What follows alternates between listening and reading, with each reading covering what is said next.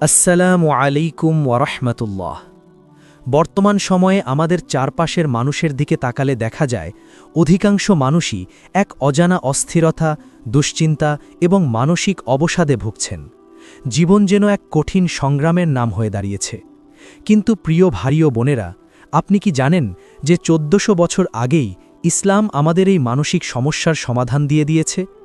আজ আমরা সাহাবীদের জীবনের গল্প এবং কোরআন ও সহি রাসূল সাল্লাল্লাহু আলাইহি ওয়াসাল্লামের হাদিস অনুযায়ী জানব কিভাবে এই ডিপ্রেশন থেকে মুক্তি পাওয়া সম্ভব। আল্লাহ সুবহানাহু ওয়া তাআলা পবিত্র কোরআনে ইরশাদ করেছেন, আল্লাযীনা আমানু ওয়া তাতমাইন্নু কুলুবুহুম বিযিকরিল্লাহ আলা বিযিকরিল্লাহি তাতমাইন্নুল কুলুব। মনে রাখবেন, আল্লাহর স্মরণেই কেবল হৃদয়গুলো প্রশান্ত হয়। সাহাবীদের জীবনের দিকে তাকালে আমরা এক অনন্য ধৈর্য দেখতে পাই। তারা আমাদের চেয়েও কঠিন সময় পার করেছেন। একবার রাসূল সাল্লাল্লাহু আলাইহি ওয়াসাল্লাম মসজিদে প্রবেশ করে দেখলেন আবু উমামা রাদিয়াল্লাহু আনহু চিন্তিত অবস্থায় বসে আছেন। রাসূল সাল্লাল্লাহু আলাইহি ওয়াসাল্লাম তাকে জিজ্ঞেস করলেন, হে আবু উমামা, নামাজের সময় ছাড়াও তোমাকে মসজিদে কেন বসে থাকতে দেখছি? তিনি উত্তর দিলেন, হে আল্লাহর রসুল সাল্লাল্লাহু আলাইহি ওয়াসাল্লাম, দুশ্চিন্তা এবং ঋণের বোঝা আমাকে ঘিরে ধরেছে। তখন রসুল সাল্লাল্লাহু আলাইহি ওয়াসাল্লাম তাকে একটি বিশেষ দোয়া শিখিয়ে দিলেন এবং বললেন, তুমি সকাল সন্ধ্যায় এই দোয়াটি পাঠ করবে।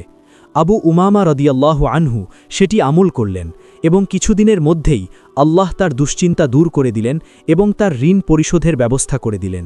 দোয়াটি হল, আল্লাহুম্মা ইন্নী আউযু বিকা মিনাল হাম্মি ওয়াল হাযান ওয়া আউযু বিকা মিনাল আজজি ওয়াল কাসাল ওয়া আউযু বিকা মিনাল জুবনি ওয়াল বুখল ওয়া আউযু বিকা মিন গলাবাতিদ দাইনি ওয়া কাহরির রিজাল। মানসিক প্রশান্তির জন্য প্রথম ও প্রধান উপায় হল আল্লাহ ওর উপর পূর্ণ তাওয়াক্কুল বা ভরসা রাখা। রাসূল সাল্লাল্লাহু আলাইহি ওয়াসাল্লামের হাদিস অনুযায়ী মুমিনের প্রতিটি বিষয় বিস্ময়কর। যখন তার কাছে কোনো সুখবর আসে সে শুকরিয়া আদায় করে, আর যখন কোনো বিপদ আসে সে ধৈর্য ধারণ করে। সাহাবীরা যখন কোনো বড় বিপদে পড়তেন তারা নামাজে দাঁড়িয়ে যেতেন। তাদের বিশ্বাস ছিল এতটাই মজবুত যে দুনিয়ার কোনো ঝড় তাদের বিচলিত করতে পারত না। আপনার যদি মনে হয় সব পথ বন্ধ হয়ে গেছে, তবে মনে রাখবেন আল্লাহ সুবহানাহু ওয়া তাআলা সূরা আল-ইনশিরাহতে দুবার বলেছেন, ফাইন্নামা আল উসরি ইউসরা, ইন্নামা আল উসরি ইউসরা। নিশ্চয়ই কষ্টের সাথেই স্বস্তি রয়েছে। ডিপ্রেশন থেকে মুক্তির জন্য আমাদের দ্বিতীয় কাজ হল বেশি বেশি ইস্তেগফার করা। রাসূল সাল্লাল্লাহু আলাইহি ওয়াসাল্লামের হাদিস অনুযায়ী যে ব্যক্তি নিয়মিত ইস্তেগফার করে, আল্লাহ তাকে সকল সংকট থেকে উত্তরণের পথ করে দেন এবং অভাবিত উৎস থেকে তার রিজিকের ব্যবস্থা করেন। আমাদের প্রিয় সাহাবী উরওয়া ইবনুল জুবাইর রাদিয়াল্লাহু আনহুর কথা চিন্তা করুন। একদিনের ব্যবধানে তিনি তার প্রিয় পুত্রকে হারালেন এবং তার একটি পা কেটে ফেলতে হল। এত কষ্টের মাঝেও তিনি আক্ষেপ না করে বলেছিলেন, হে আল্লাহ, আপনি আমাকে 4টি অঙ্গ দিয়েছিলেন, তার মধ্যে মাত্র একটি নিয়েছেন। আপনি আমাকে 7টি সন্তান দিয়েছিলেন, মাত্র একটি নিয়েছেন। আপনি যতটুকু দিয়েছেন তার চেয়ে অনেক বেশি সুস্থতা আমাকে দান করেছেন।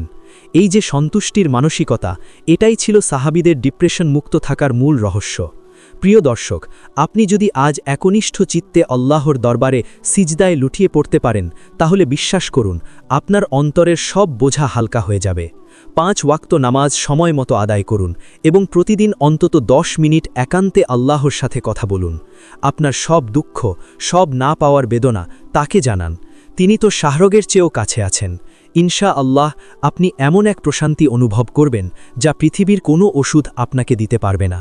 আল্লাহ আমাদের সবাইকে মানসিক দুশ্চিন্তা থেকে মুক্তি দিন এবং ঈমানের উপর অটল রাখুন। আমিন। আসসালামু আলাইকুম ওয়া রাহমাতুল্লাহ।